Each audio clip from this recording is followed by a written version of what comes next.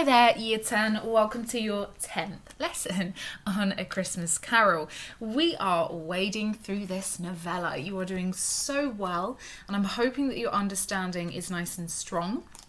Remember that you are also supposed to be filling in your key interpretations booklet as we go along. And here we find ourselves at the beginning of stave 4.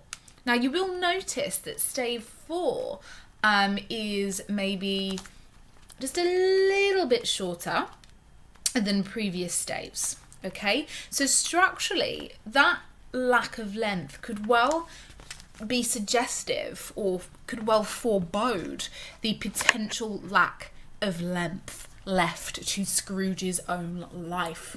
And certainly we can see already from these images the ghost of Christmas yet to come is a far more foreboding phantom. Okay, so let's dive in. So title in your exercise book, The Ghost of Christmas Yet to Come. This video will be fairly short because I'm aware that you have some other things to be doing today as well. So I'm aiming for 10 minutes. Let's see if we can rattle through this. So look at those images for me. What are they suggesting about the nature of the final ghost? Well, I find it always really interesting that the ghost is cloaked, is shrouded in darkness. Okay, the last one we have the image of the shadow, the literal shadow. And for me, it has something to do with the ambiguity, the unknown element of Scrooge's fate. The ghost does not have any features, and thus far, Scrooge's future is not entirely known or set in stone. The ghost's intentions is not to suggest that the future is inevitable, but that certain actualities, certain events will be if Scrooge fails to embrace, the full pattern of lessons that he has heard. So what is the big idea of this ghost? I have summed this up by using the wonderful, using the wonderful grade 9 essay that I have on file as a model. And this actually was a introduction to a grade 9 essay. And I just wanted to remind you that whenever we talk about the ghosts, we are dealing with the theme of the supernatural. But it's not so we can be, thrilled and horrified by ghosts and the ideas of the supernatural. The supernatural is often a vehicle through which to communicate other ideas about humanity. So what is the big idea? I would pause the video and quickly get this down. So within Dickens' festive allegorical novella, that first clause, by the way, I would start any essay with it. So when you pen your assessment, I would start it with that. Within Dickens' festive allegorical novella. That's your sentence starter. The theme of the supernatural functions as a driving force behind Scrooge's transformation from an antagonistic miser to a benevolent man of the community. So what is the point of this ghost? Well, it's really, at the heart of it, the same point as all of the other ghosts, including Marley. They are catalysts. Okay, they are the driving force behind his metamorphosis from this antagonistic miser to what we get in stave 5, spoiler alert, the benevolent man of the community. So we know that the term supernatural is usually attributed to forces that are outside of our usual laws of science and nature. Okay? And so because of that, for me, we get these really extreme ghosts. They're all quite extreme visually, aren't they? If you think about them, all of them. Because Scrooge needs such extreme intervention. He is so far gone in his miserly habits, in his malevolence, in his segregation from community, that he needs these figures, these hyperbolic figures, to really show the great change that he needs to make. But remember, it's not just him. The messages that all of the ghosts have are for the reader too. well, mainly for the reader, because Scrooge is a character. He's not real, as I say, I know, so many times. Okay, so the ghosts are there as catalysts to teach didactic messages for the whole of the Victorian, readership. Okay, so this is the key extract that I want to talk about very briefly now. Again, I'm trying to cover, as much as possible without taking up too much of your time. So let me just read this really quickly through. Here we go. The phantom slowly, gravely, silently approached. When it came near him, Scrooge bent down upon his knee, for in the very air through which this spirit moved, it seemed to scatter gloom and mystery. It was shrouded in a deep black garment, which concealed its head, its face, its form, and left nothing of it visible, save one outstretched hand. But for this, it would have been difficult to detach its figure from the night and separate it from the darkness by which it was surrounded. He felt that it was tall and stately when it came beside him, and that its mysterious presence filled him with a solemn dread, a serious dread. He knew no more, for the spirit neither spoke nor moved. Now, I've obviously highlighted the key moments here, and I'm going to talk about some of them on the next slide. But I just want to talk for a second about the outstretched hand, because I always find that really interesting.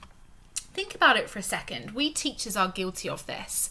When we teach, we are always gesticulating with our hands, right? Using our hands to communicate, to provide information that aren't just in our words.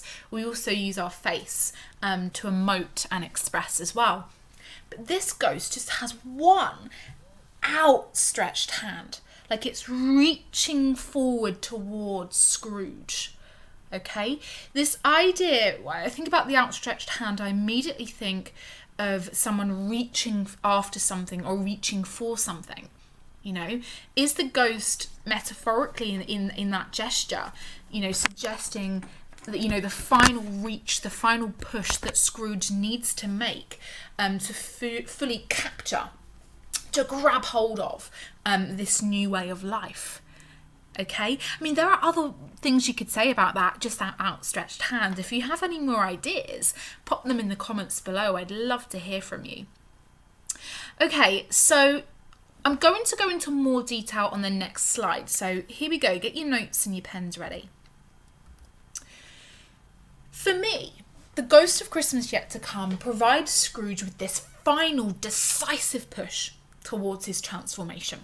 Okay, it's this idea that we need that trilogy, the past, the present, the future, and to embrace the lessons of all three to fully integrate, the lessons of his transformation.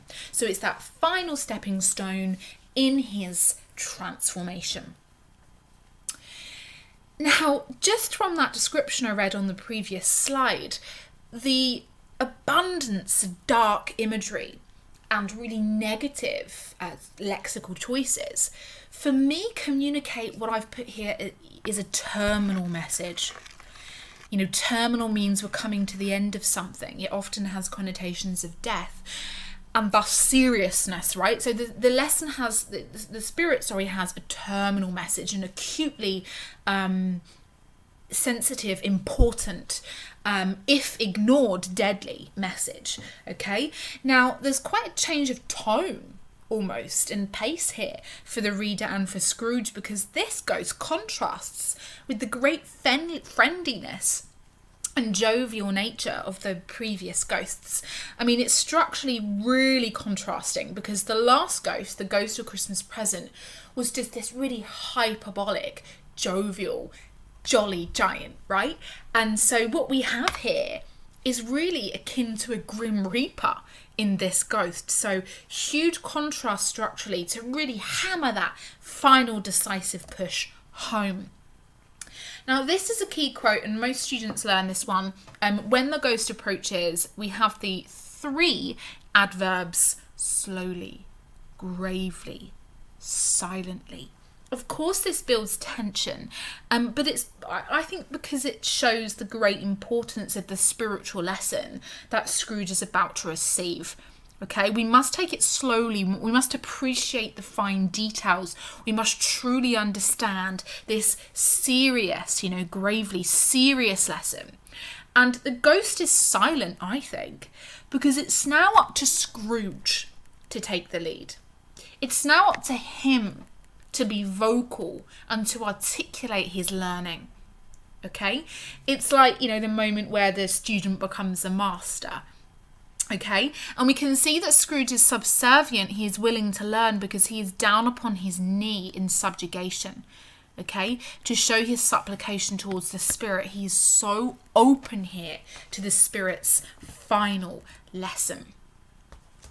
Okay, we also have the semantic field of the unknown. We've got the gloom, the mystery, something shrouded. It means it's completely covered over. It's concealed and it's black. So all of those lexical choices combine into this lexical field to unsettle and disorientate Scrooge. Now, that's not to put him off, but it's to make him remember his vulnerability, to remember his inferiority to the message at hand, and just to make him really open and receptive to the Spirit's final visions. He still needs to remain open and ready to learn in this, last and really poignant lesson. The Spirit is akin to a grim reaper, as I've already said. It has this deathly appearance, and because it's silent, it instills this solemn, this serious dread in Scrooge's mind. So I think it's we are supposed to sense some impending doom, okay, with that abstract noun dread, because there should be trepidation for Scrooge. He should realise what's at stake here. And we've seen some really dark images in this penultimate stave. So why is the ghost silent? I think, number one, it's because Scrooge's fate is not yet completely finalised, right? If it was, there'd be no point to this whole narrative. You might as well just say, oh, well, you've had your chance. There's no more. You might still be alive. You can still make good, but, don't bother. What's the point? That's not the message of this novella. It's not one of passivity. It's one of active change. So I think the ghost is silent because Scrooge's fate is not yet spoken.